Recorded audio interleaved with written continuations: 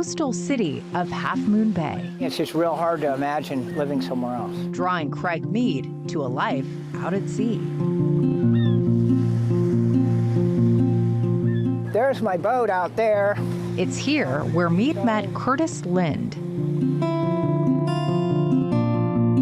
Kurt pulled in here with a vessel called the Robert Gray.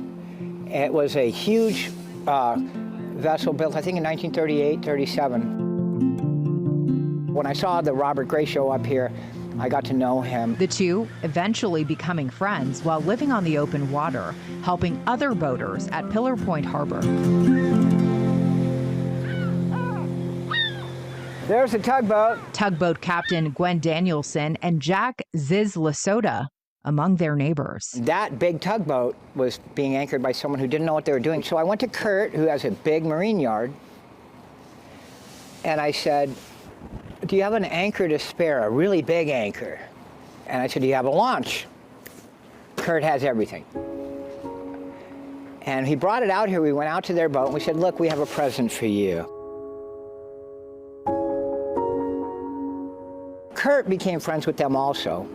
At one point, they would come to his boat, the Robert Gray, and then when Kurt sold the Robert Gray, he moved back to his yard. The tugboat, dragging along the sandy shore, was eventually abandoned. Gwen and that group asked if they could build box vans into mobile homes at Kurt's marine yard. And Kurt, being a nice guy and in need of money, started renting to them.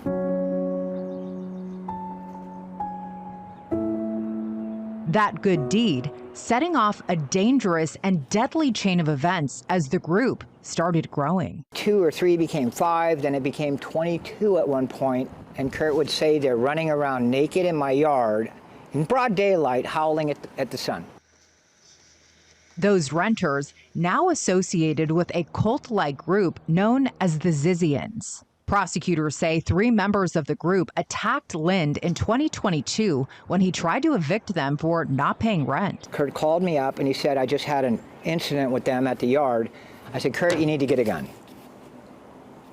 He did get a gun, and that saved him. He was impaled by a sword and partially blinded, but survived.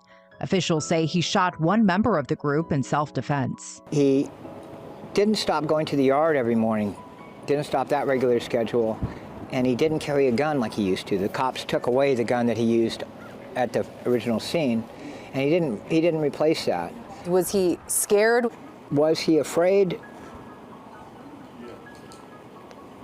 Quietly, I suppose.